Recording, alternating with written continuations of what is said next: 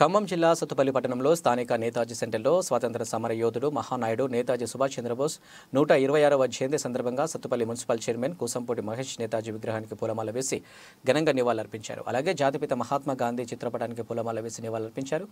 ఈ సందర్భంగా పలువురు రాజకీయ ప్రముఖులు హాజరయ్యారు. నేతాజీ జయంతి కార్యక్రమాన్ని ఉద్దేశించి ప్రముఖులు సిపిఐ జిల్లా కార్యవర్గ సభ్యుడు దండు ఆదినారాయణ మాట్లాడుతూ భారతదేశాన్ని 200 సంవత్సరాలు పాలించిన ఆంగ్లేయుల పాలన నుండి భారతీయులను విముక్తి చేయడానికి నేతాజీ ఎంతో పోరాటం చేశారని, భారతీయులందరికీ విద్య, వైద్యం, ఉపాధి కోసం పోరాడే ఆంగ్లేయులు ఎదిరించి పోరాడిన ధీరుడు నేతాజీ సుభాష్ చంద్రబోస్ అని అన్నారు. కార్యక్రమంలో మున్సిపల్ వైస్ చైర్మన్ తోట సుజలరాణి, కాంగ్రెస్ నేత కొత్తూరు ప్రభాకర్, పలువురు నేతలు మరియు ప్రజలు పాల్గొన్నారు.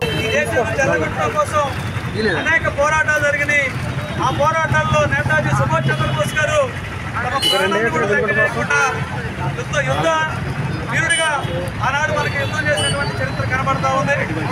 ఆనాటి అమరవీరుల సాక్షిగా ఇవాళ ఇప్పుడు మనకి 75వ గణతంత్ర దినోత్సవం జనవరి 20వ తారీఖు 26వ తారీఖు నాడు 75వ గణతంత్ర దినోత్సవం జరుపుకుంటా ఉన్నాం.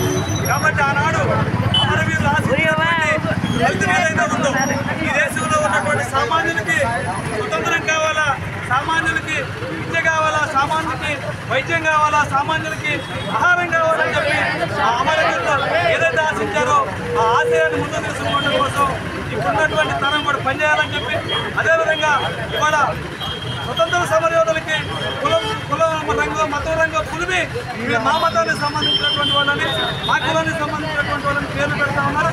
దుర్మార్గమైనటువంటి చర్యని ఈ దేశంలో విభిన్న జాతులు, విభిన్న కులాలు, విభిన్న మతాలు కలిసినటువంటి లౌకిక భారతదేశానికి, ఈ భారతదేశాన్ని బాబాసాహెబ్ అంబేద్కర్ రాసినటువంటి రాజ్యాంగానికి